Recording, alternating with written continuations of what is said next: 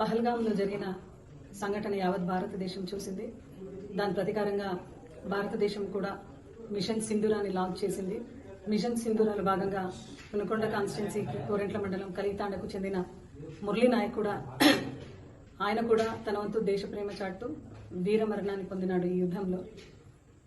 ఈరోజు జగన్మోహన్ రెడ్డి గారు వాళ్ళ తల్లిని తండ్రిని ఇద్దరిని కూడా ఫోన్ ద్వారా పరామర్శం చేయడం జరిగింది. వాళ్ళ తల్లి బిడ్డని తన కొడుకుని చదివించాలని ముంబైలో కష్టపడి పనిచేసి అదేవిధంగా భీమ్ వ్యాపారం చేస్తూ వాళ్ళ తండ్రి మురళీ నాయక్ ఎప్పుడు కూడా చెప్పేవాడంట చిన్నపిల్లడి నుంచి కూడా ఆర్మీకి పోవాలా, ఆర్మీకి చేరాలా అని. ఒక్కరోజైనా యూనిఫామ్ వేసుకొని చనిపోయాలనే ఆశయానికి చాలా కష్టపడినారు వాళ్ళ తల్లిదండ్రులని ఈరోజు గుర్తు చేసుకున్నారు. అటువంటి వీరమాతని కలవాలి, అదేవిధంగా వాళ్ళ ఆ కుటుంబానికి పరామర్శించాలి. ఎల్లవేళలో మేము అండగా ఉంటాము అని భరోసా కల్పించిన దానికి మే 13వ తేదీ జగన్మోహన్ రెడ్డి గారు వచ్చే మంగళవారం మే 13వ తేదీ పెనుకొండ కాన్స్టిట్యున్సీ గోరెంట్ల మండలం కలితాండకు వచ్చి ఆ కుటుంబాన్ని పరామర్శిస్తున్నారు.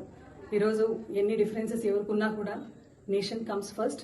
ఈ ఒక తరుణంలో ప్రతి ఒక్కరు కూడా అప్రమత్తంగా ఉండు తన వంతు సేవని ఈ దేశానికి అందిస్తాం. అటువంటి దాంట్లో మేము ఎంత దూరంగా ఉన్నా కూడా బార్డర్కు కూడా ప్రతి ఒక్కరు కూడా ఒక రెస్పాన్సిబిలిటీతో ఫీల్ అయ్యి ఆ కుటుంబానికి నిలబడాలి. ఆ కుటుంబానికి నిజంగా భగవంతుడు ఈ ఒక ఘటన నుంచి బయటికి రావడానికి మనమందరూ కూడా ప్రార్థించాలి. అదేవిధంగా మురళీ నాయక్ ఆత్మ కూడా ఎక్కడున్నా కూడా వీరమరణ పొందిన మురళీ నాయక్ ఆత్మ కూడా శాంతించాలి అని ఈరోజు మేమందరూ కూడా మనస్పూర్వకంగా కోరుకుంటూ జగన్మోహన్ రెడ్డి గారి పర్యటన అయితే మే 13వ తేదీ మంగళవారం గోరెంట్ల మండలం కలితాండలో ఉంటుంది అని